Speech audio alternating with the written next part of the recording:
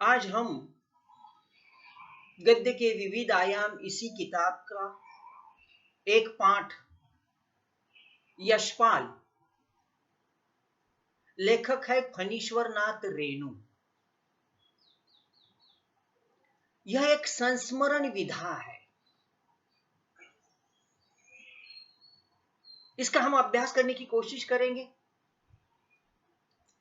कल या सवेरे ही आज मैंने इस पाठ को आपके ग्रुप पर भेजा है, आपको मिला होगा।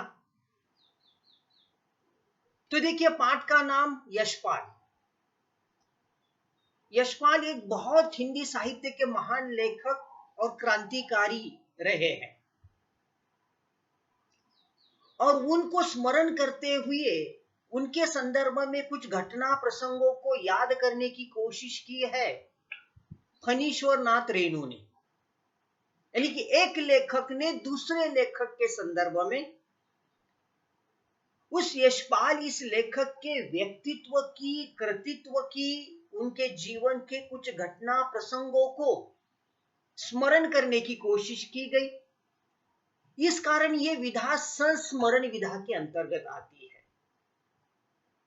देखिए, जाहिर है कि इस एक वाक्य पर ही दो प्रश्न पूछे जाएंगे कि यशपाल यह किस प्रकार की विधा है। ऑप्शन कई होंगे: एकांकी, निबंध, रेखाचित्र, संस्मरण। उसमें से सही पर्याय होगा संस्मरण। देखिए, आपकी आवाज म्यूट कर लीजिएगा। आपकी आवाज मुझ तक पहुंच रही है? होगा ये कि मेरी आवाज आप तक नहीं पहुंचेगी? यशपाल, इस पाठ के लेखक कौन है? जवाब कई ऑप्शन होंगे, पर्याय होंगे। उसमें से पर्याय होगा फणीश्वर नाथ रेणु। अब पहले जिसने लिखा है उस लेखक के बारे में जानेंगे। फणीश्वर नाथ रेणु हिंदी साहित्य के एक वो ऐसे लेखक है कि जिन्हें आंचलिक लेखक कहा जाता। आंचलिक यानी कि प्रादेशिक। वे जिस बिहार के आसपास के पहाड़ी प्रदेशों से आते हैं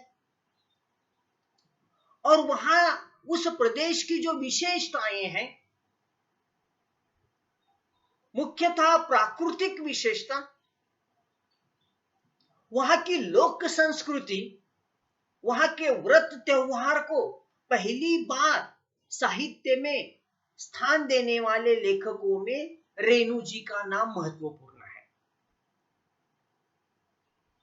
रेणु जी और कुछ ना लिखते तो भी चलता, लेकिन उनका एक उपन्यास है मैला आंचल। इस उपन्यास ने हिंदी साहित्य में एक ऐसा तहलका मचा दिया, एक ऐसी धूम मचा दी कि रेणु जी हिंदी साहित्य में बड़े लोकप्रिय हुए।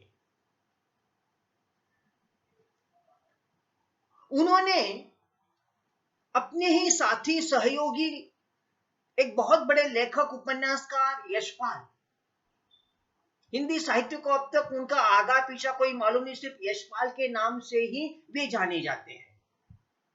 अपने सहयोगी लेखक यशपाल के जीवन संबंधी उनका व्यक्तित्व होगा, उनका कृतित्व होगा, साहित्य में उनका योगदान और आजादी के आंदोलन में उनकी सहभागिता, इस संदर्भ में जो घटना प्रसंग है उनको फणीश्वर नाथ रेणु ने यशपाल नाम का शीर्षक देकर इस पाठ में हमारे सामने प्रस्तुत किया है। अब इस पाठ को देखेंगे, यशपाल कौन थे, क्या थे, क्यों लिखना पड़ा फणीश्वर नाथ रेणु को उनके संदर्भ में। यशपाल हिंदी साहित्य के कहानीकार, एक लेखक, और इन दोनों से बढ़ चढ़कर उनकी विशेषता थी, वे एक बहुत बड़े क्रांतिकारक थे। साहित्य के बारे में कहा जाए तो उन्होंने मनुष्य के रूप, दिव्या, उसके बाद पार्टी कॉमरेड उसके बाद दादा कॉमरेड, ऐसे उपन्यास लिखे, कई कहानियां लिखी। साहित्य में उनका एक विशिष्ट स्थान रहा। लेकिन इससे भी बढ़कर उनका जो क्रांतिकारक जीवन था, वे क्रांतिकारी के रूप में हमारे सामने आते हैं। विशेषतः महात्मा गांधी ने इस देश को आजाद करवाने के लिए जो एक आंदोलन चलाया,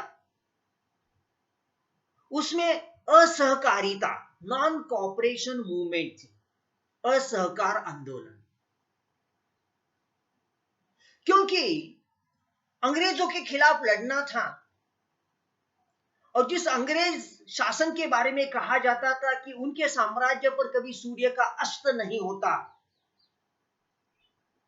वो बड़े शस्त्र संपन्न थे, बड़े प्रगत थे, और उनके खिलाफ भारत को लड़ना बड़ा मुश्किल था। इसलिए गांधी जी ने अहिंसा, सत्य,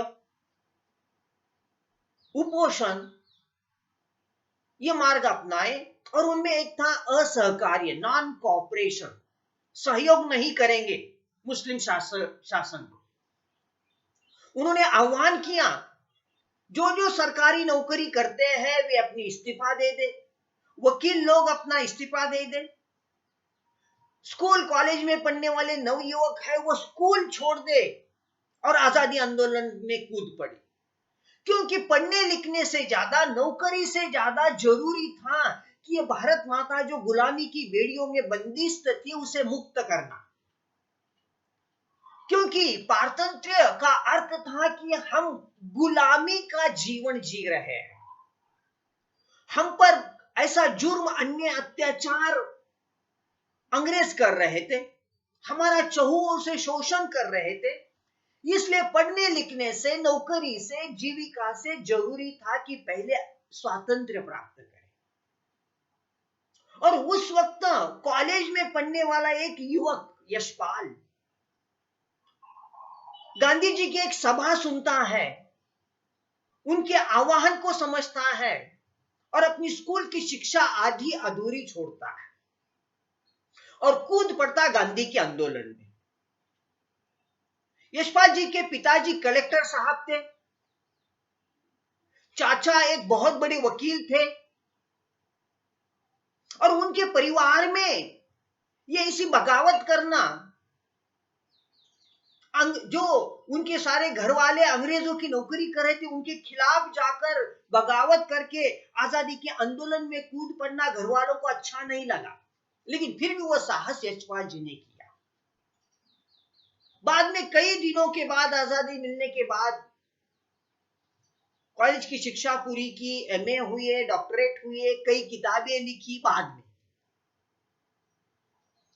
तो यह एक ऐसा गांधी के विचारों से प्रेरित होकर आजादी के आंदोलन में कूद पड़ने वाला व्यक्तित्व।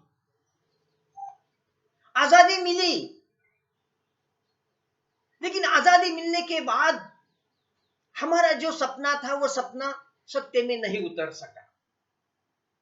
क्योंकि गोरे अंग्रेज चले गए, लेकिन देशी काले अंग्रेज, सफेद कपड़े पहने, खादी के कपड़े पहने, सर पर टोपी पहने, हमारे देशी काले अंग्रेज लोग आए।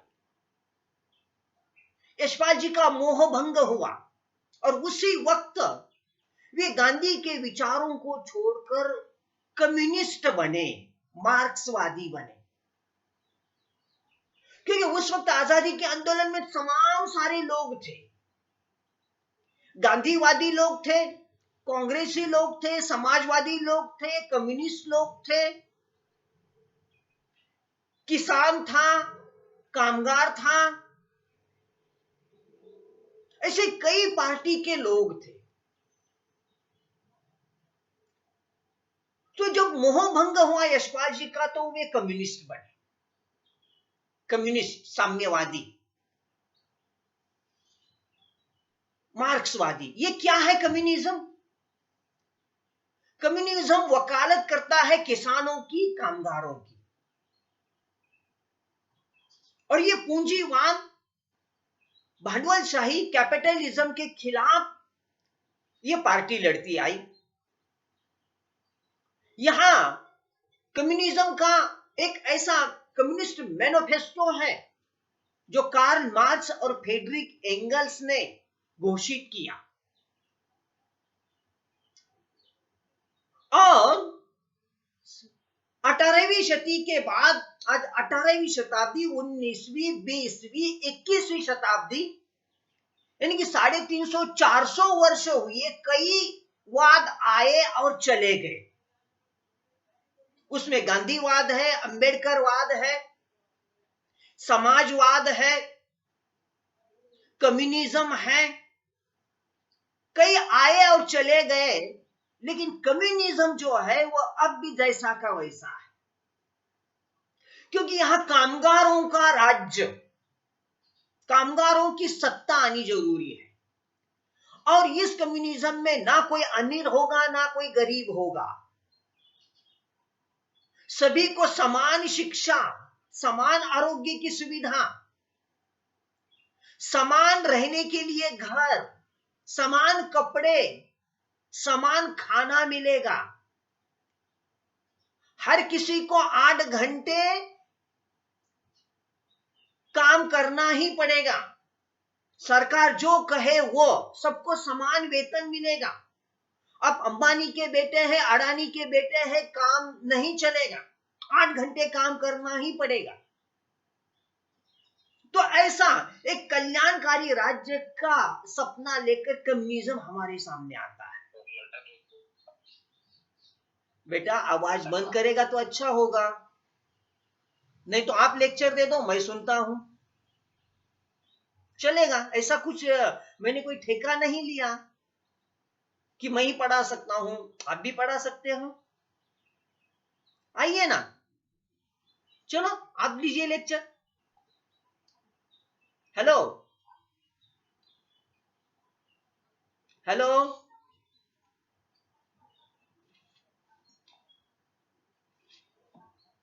आप लेक्चर दीजिए ना।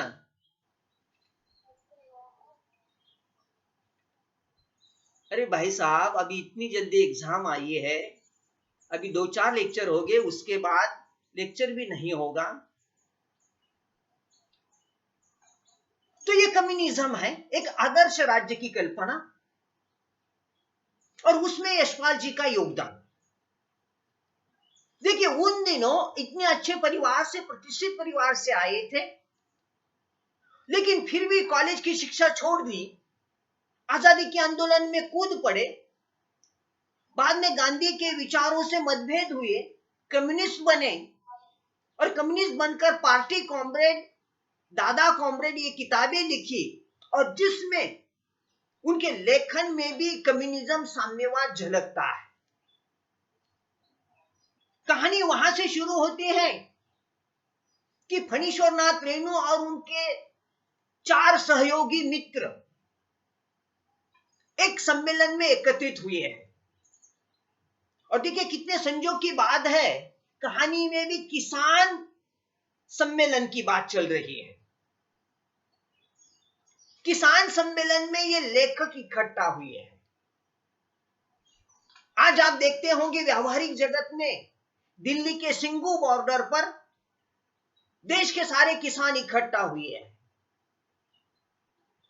पिछले 3 महीनों से आंदोलन चल रहा है, और आज 15वां दिन है जो कि दिल्ली की बॉर्डर पर इस देश का किसान बैठा है।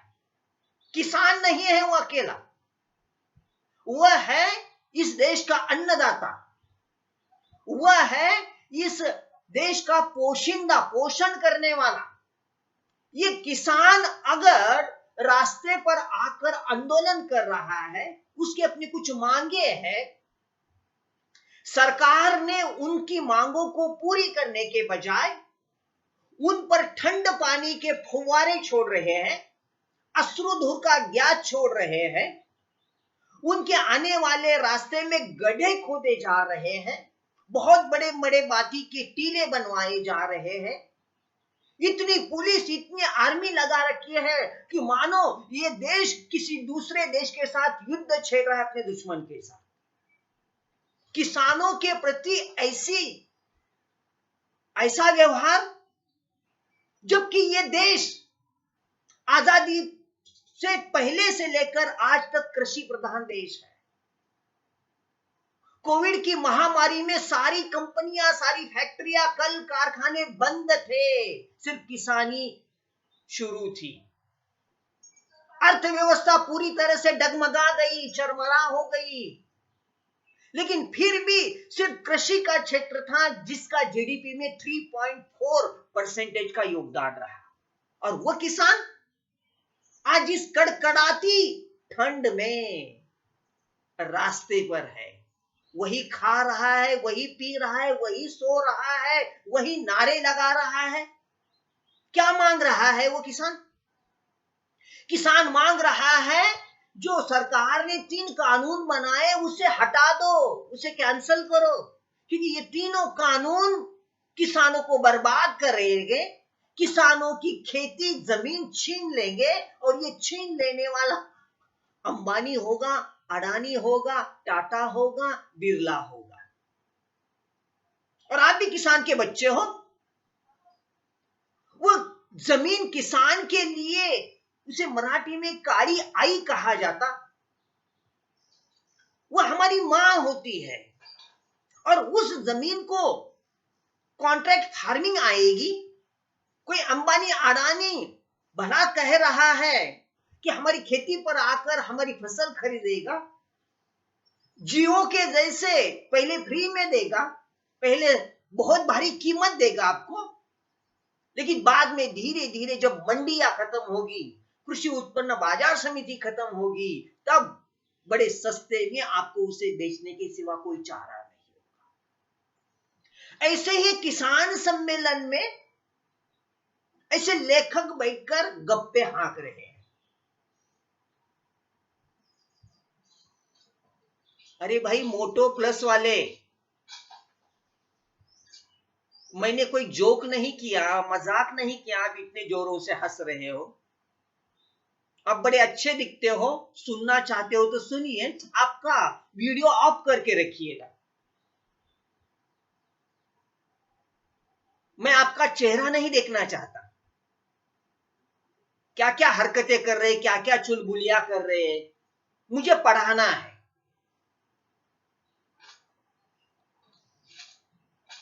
तो इस किसान सम्मेलन में इन लेखकों का क्या काम? एक नहीं 5-5 लेखक। भाई हमारे लेखकों की एक बहुत बड़ी परंपरा रही, फिर वो लेखक अंग्रेजी का हो, हिंदी का हो, मराठी का हो, या किसी भी भाषा का हो। हर लेखक, आमतौर पर हर लेखक आधुनिक होता है, नए विचारों का होता है, पुरोगामी होता है, आजादी का समर्थक होता है। और इस कारण हर लेखक चाहे जो कुछ किसी पार्टी का हो या ना हो, लेकिन वो कम्युनिस्ट विचारधारा का प्रतिनिधित्व करने वाला होता है। आप कहेंगे इस किसान सम्मेलनों में इन लेखकों का क्या काम?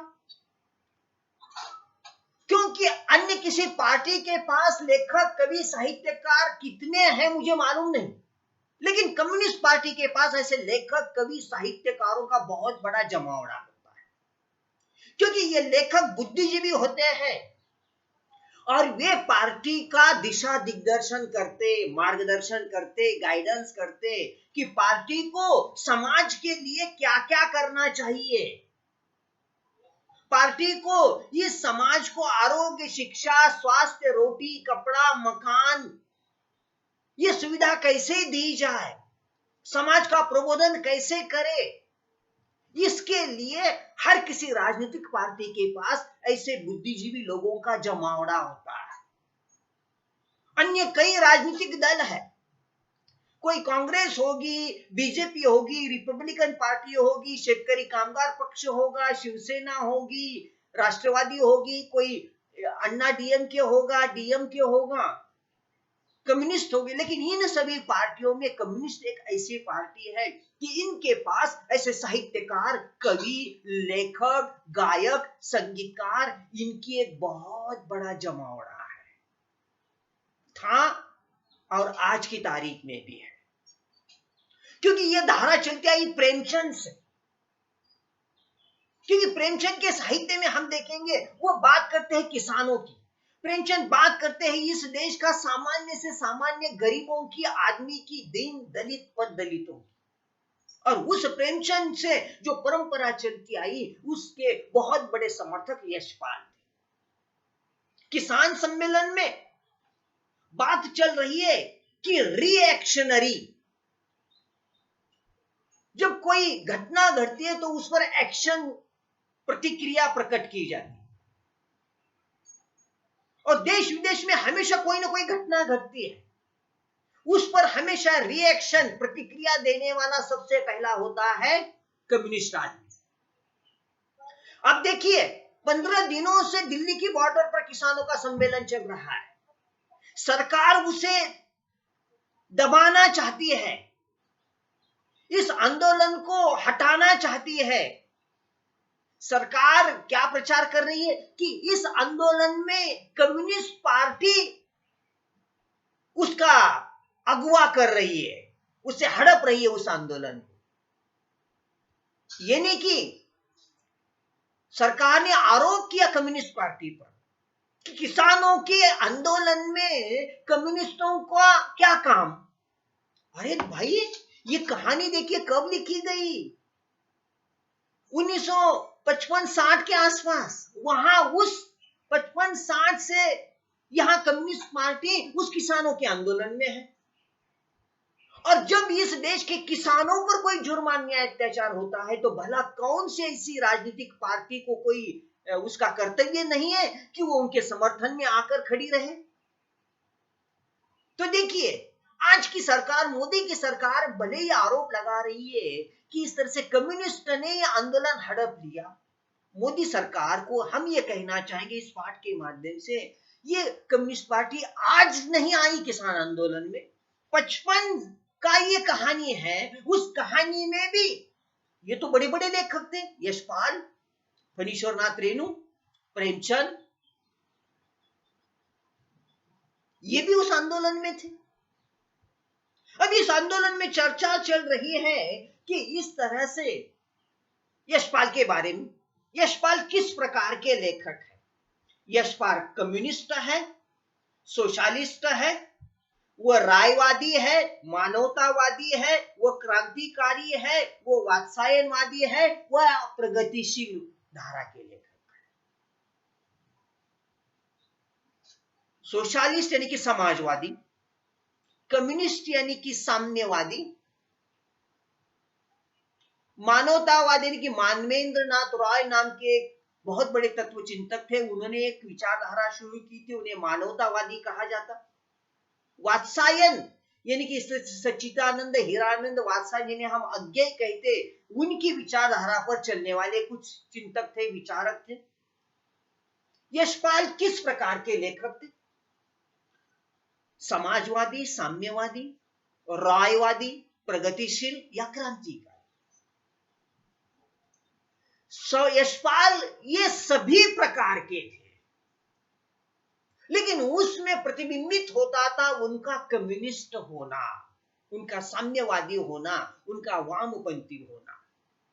क्योंकि इसे कम्युनिज्म ने रूस में एक बहुत बड़ी बगावत की, क्रांति की, और वहां की जो जुल्मी ज़ारशाही थी उसका तख्त पलट दिया और रूस में कामगारों का राज्य लाया। और उसके बाद ही रूस इतनी महान शक्ति बन गया कि जो अमेरिका की बराबरी कर सका।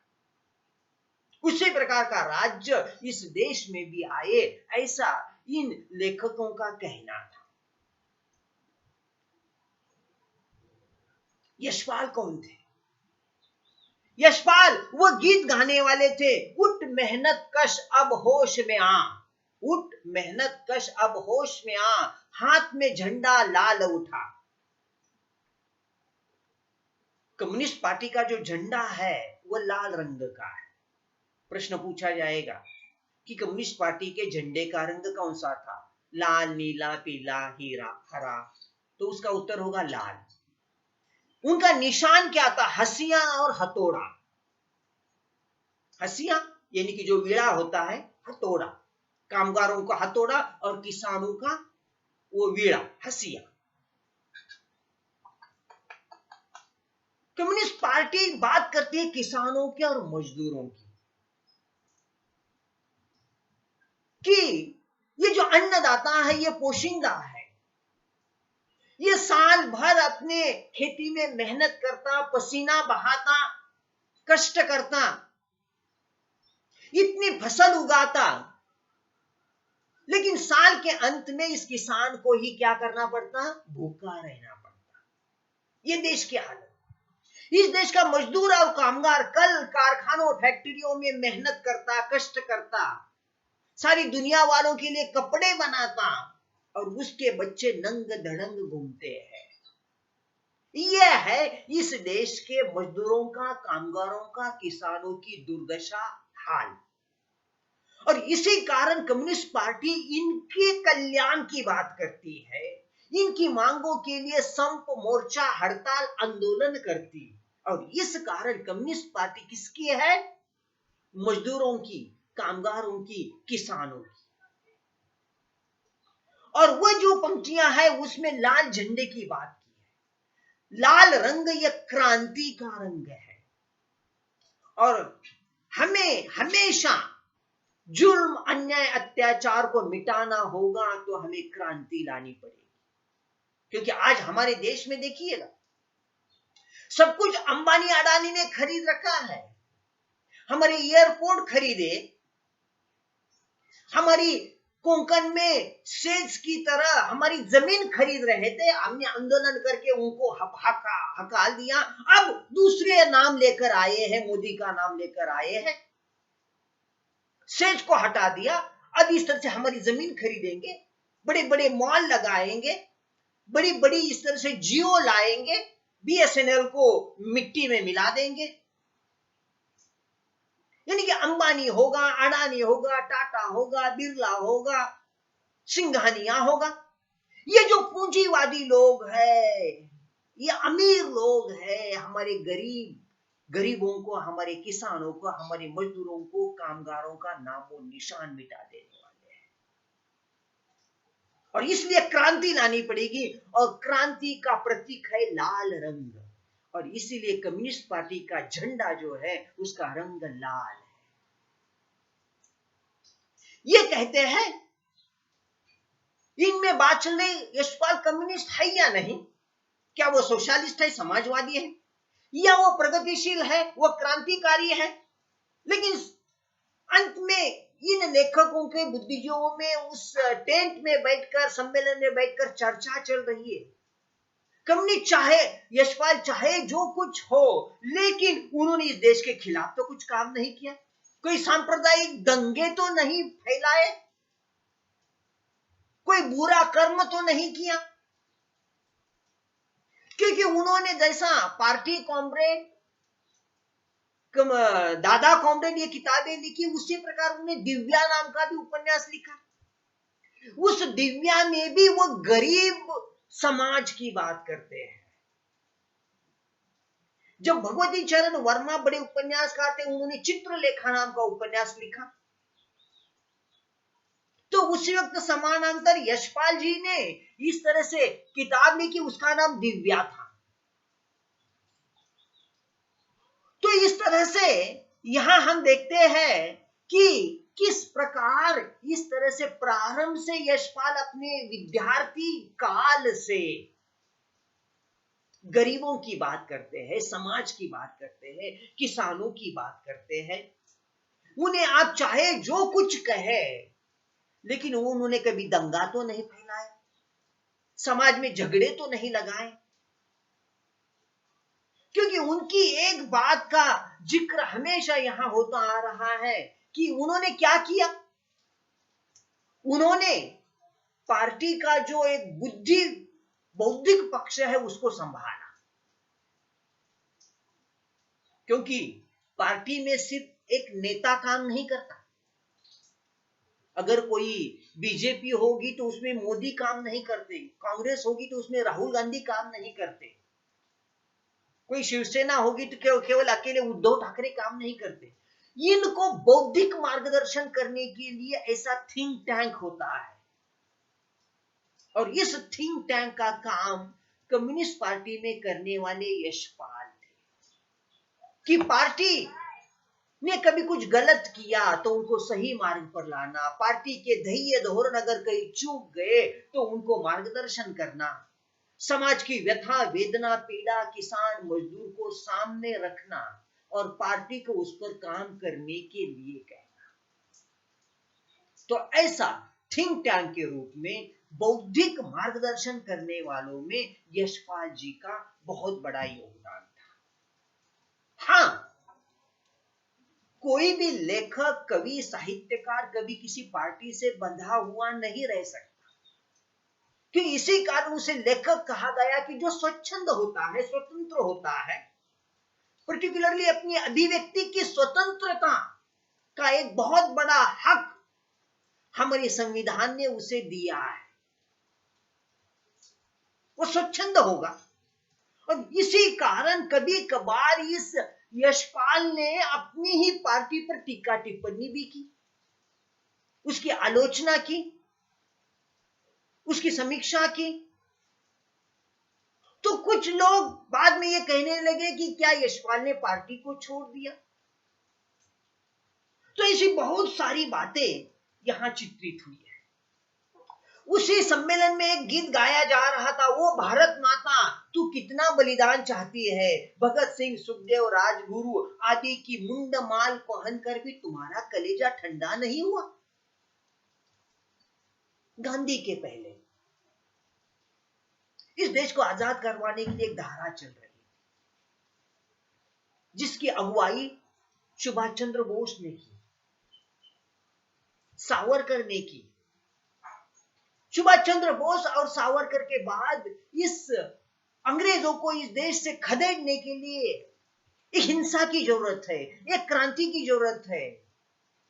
शांततामय क्रांति अलग और इस तरह से शस्त्र अस्त्र से की जाने वाली क्रांति अलग। शस्त्र अस्त्र से की जाने वाली क्रांति में भगत सिंह, राजगुरु, सुखदेव, दादू गेनू, चंद्रशेखर आजाद, शिरीष कुमार, इनके नाम देखिए। कितनों का बलिदान चाहती है भारत माता, क्या उसका कलेजा ठंडा नहीं हुआ?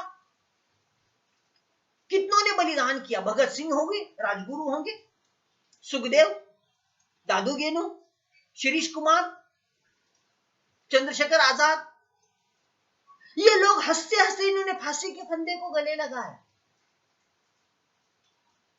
इस देश की भारत माता की जय कहा, इस देश को आजाद करवाने के लिए और कितनों का बलिदान चाहिए। और इसी की राह पर चलने वाले ये गीत गाने वाले लेखक यशपाल है। ये लेखक ऐसे क्रांतिकारक के रूप में हमारे सामने आते हैं। देखिए, क्रांतिकारक होना एक बात है, साहित्यकार होना दूसरी बात है। जो स्वयं अपने आंदोलन में कूद पड़े थे, महात्मा गांधी के नॉन कोऑपरेशन मूवमेंट में उन्होंने सहभागिता ली थी, कॉलेज की शिक्षा छोड़ी, और सबसे महत्वपूर्ण, उस आंदोलन में उन्हें पुलिस वालों ने पकड़ा, उन्हें जेल की सजा काटनी पड़ी, जेल भुगती। और फिर जेल में रहने के बाद उन्होंने कई किताबें पढ़ी, रशिया का अभ्यास किया, लेनिन का अभ्यास किया, वहां के किसानों, वहां कामगारों का अभ्यास किया, और तब कहीं जाकर वे गांधी के विचारों से हट गए और कम्युनिस्ट बने। एक ऐसा साहित्यकार हमारे सामने आता है कि जो स्वयं आंदोलन में हिस्सा लिया था, जेल की सजा काटी, और उसके बाद उन्होंने लिखा, इसलिए उनके लेखन में संजीदगी आई, सजीवता आई, जीवंतता आई। और ऐसा लेखक, उसकी लेखनी सामान्य लेखनी नहीं है, लौह लेखनी है, लहू, खून से रंगी हुई, खून से भरी हुई है। और इसी कारण जब यशपाल लिखता है तो ऐसा लिखता है कि जो उसके समाज के जीते जागते जीवंत अनुभव होते हैं, और उन्हीं अनुभवों को जब वो लिखेगा तो वह उसका लेखन, उनका साहित्य समाज को हजम होगा, समाज में लोकप्रिय होगा, इसमें किसी प्रकार का संदेह नहीं। फणीश्वरनाथ रेणु कहते हैं कि मेरे सबसे प्रिय लेखकों में, मेरे सबसे प्रिय सहकारियों में, मेरे सबसे प्रिय मित्रों में अगर कोई नाम आएगा तो सबसे पहला नाम यशपाल का आएगा। क्यों आएगा? क्योंकि उनकी कथनी और करनी में अंतर नहीं था। कथनी यानी कि कहना, करनी यानी कि करना। जो कहते थे वो करते थे, जो करते थे वही कहते थे। और ऐसा जब लेखन में भी आएगा तो उसका लेखन, उसका साहित्य, उसकी कहानी, उसका उपन्यास जीवंत हो उठेगा। और फिर हम जैसे पाठकों को उनका साहित्य पढ़ने में रुचि आती है, बड़ा स्वाद लगता है। उसके बाद कहानी के अंत में आते हैं कि यशपाल लेखक के बारे में उनकी कमी, उनके दोष, उनकी अच्छाई, उनकी बुराइयां, इनकी सारी चर्चा हुई। अंत में चर्चा आती है एक एशियाई लेखक सम्मेलन होने जा रहा है। एशियाई लेखक सम्मेलन, इसका आयोजन हो रहा था दिल्ली में। आजकल हम देखते हैं कि मराठी साहित्य सम्मेलन होता है, हिंदी साहित्य सम्मेलन होता है। मराठी साहित्य सम्मेलन जहां तक हो महाराष्ट्र तक सीमित होगा। हिंदी साहित्य सम्मेलन जो होगा वो केवल हिंदी भाषकों तक सम्मिलित होगा। लेकिन यहां एशियाई लेखक सम्मेलन, आशिया देश के जितने सारे देश है आशिया में, उनके लेखकों का सम्मेलन। और आशिया में भारत है, चीन है, पाकिस्तान है, बांग्लादेश है, नेपाल है, मालदीव है, रूस है। इन देश के लेखकों का सम्मेलन। आजादी के पहले की बात चल रही है, आजादी नहीं हुई। तो ये सारे देशों के लेखकों का सम्मेलन दिल्ली में होने जा रहा है। और ये सम्मेलन में मेरा नाम आएगा, तेरा नाम आएगा, इसकी चर्चा चल रही थी। और फणीश्वरनाथ रेणु कहते हैं कि 2 लिस्ट प्रकाशित हुई थी। एक गुट की लिस्ट सूची थी, दूसरे गुट की सूची थी। कि कौन सी सूची पर मोहर लगाई जाएगी पता नहीं। होटलों में बैठकर, कैफे में बैठकर लोग चर्चा कर रहे थे कि मेरा नाम आएगा या मेरा नाम नहीं आएगा। होटलों में चर्चा हो रही थी, क्योंकि जिसका नाम होगा वो इस सम्मेलन में हिस्सा लेगा। और ये बड़ी सौभाग्य की बात थी कि हमारे देश के ही महान लेखक नहीं वहां आएंगे, विदेशों के, एशिया देश के लेखक वहां आएंगे। और उसमें सम्मिलित होना बड़े गौरव की बात थी। फणीश्वरनाथ रेणु कहते पहली लिस्ट में देखा मेरा नाम था, दूसरी लिस्ट को देखा उसमें मेरा नाम ढूंढा, दूसरी लिस्ट में भी मेरा नाम। यानी कि कोई भी लिस्ट पास हो जाने दो उसमें मेरा नाम होगा ही। इसलिए लेखक को बड़ी खुशी हुई। लेखक कहते पहली बार मुझे दिल्ली जाने का मौका आएगा, मैं अपनी आंखों से दिल्ली को देखूंगा कि दिल्ली कैसी है, कि जिसने कई राजा महाराजा बादशाह को देखा, उनका उदय अस्त देखा, तख्त पलटते उलटते देखा, और आज वही दिल्ली अंग्रेजों का साम्राज्य हटाकर इस तरह से स्वातंत्र चाहती है, उसे मैं अपनी आंखों से देखूंगा।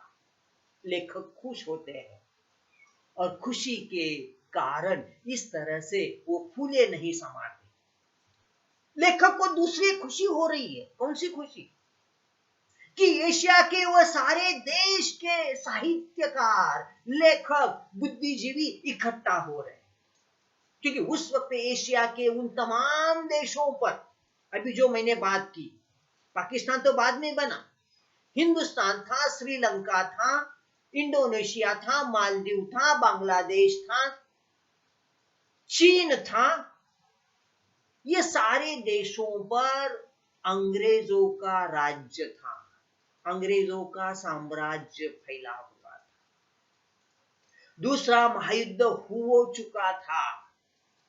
अब ये सारे के सारे देश उस अंग्रेजों की चंगुल से हटकर आजादी चाहते थे, और उस देश के बुद्धिजीवियों का अब ये सम्मेलन होने जा रहा है। इस कारण यह सम्मेलन केवल साहित्य का सम्मेलन नहीं है, यह सम्मेलन शायद था उन अत्याचारों के खिलाफ, उस साम्राज्यवाद के खिलाफ आजादी के लिए लड़ा जाने वाला वह संघर्ष था, वह सम्मेलन था। इस कारण इस सम्मेलन की अपनी एक विशेष महत्ता थी, और इसी कारण फणीश्वर नाथ रेणु को जब लगा कि ये सम्मेलन में मेरा नाम है, तो वह और भी अधिक खुश हुए, प्रसन्न हुए, और उसी बिंदु पर यह कहानी खत्म होती है। बड़ी सुंदर कहानी है। कहानी की दृष्टि से देखा जाए तो ये कोई कहानी के जैसी बड़े प्लॉट उसे नहीं है। कहानी कहने की जैसे कोई एक विषय वस्तु नहीं है, बल्कि ऐसे छोटे छोटे प्रसंग है, घटना है, जो कभी यशपाल के जीवन में, जीवन के संदर्भ में है, यशपाल की किताबों के संदर्भ में, यशपाल किस प्रकार के लेखक है, अंत में एशियाई लेखक संघ के सम्मेलन के बारे में है। तो इस तरह से लेखक फणीश्वर नाथ रेणु ने यशपाल जी के व्यक्तित्व और कृतित्व, उनके साहित्य का पक्ष, उनकी विचारधारा, इन बिंदु के माध्यम से हमें यशपाल जी इस लेखक को समझाने की कोशिश की है। तो यहां आते आते मैं अपने व्याख्यान को विराम देता हूं। इस पाठ पर आपके मन में कोई प्रश्न निर्माण हुए हो, कोई शंका हो, कोई संदेह हो, तो आप उसे पूछ सकते हो। उन शंकाओं का समाधान करने की मैं कोशिश करूंगा। तो कोई प्रश्न है कोई प्रश्न?